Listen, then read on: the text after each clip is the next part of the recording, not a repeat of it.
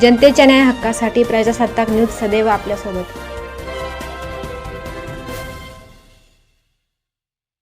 नेहरू चौकातील पहाटच्या भाजीपाला बाजारात होलसेल व्यापारी आणि पावती ठेकेदारांची अरेरावी। संगमनेर शहरातील नेहरू चौकात गेल्या अनेक दशकांपासून भाजीपाला विकला जातो।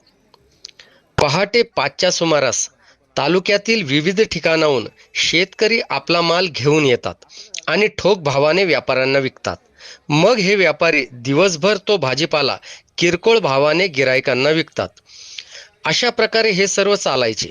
मात्र सध्या हे चित्र बदलले आहे। आता येथील बरेचसे व्यापारी माल घेऊन लगेचच किरकोळ विक्री सुरू करतात।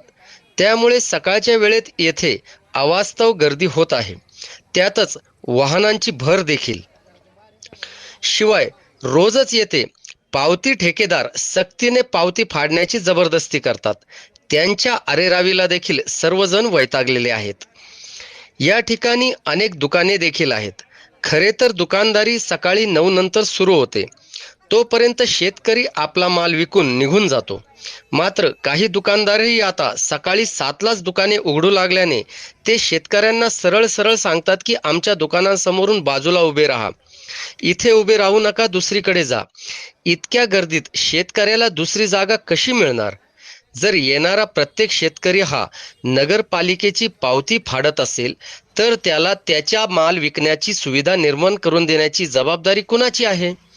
म्हणजे रोजच पावतीही फाडा आणि रोजचे हाल आणि अपमानही सहन करा। नगरपालिकेने या प्रकरणाकडे गांभीर्याने लक्ष देऊन शेतकऱ्यांना कशी मदत होईल, तसेच त्यांना आपला माल विकण्याची व्यवस्था ही कशी करता येईल याचे नियोजन करावे। वाल्याचं भागत आहे, लाखांनी करोड कमावतात।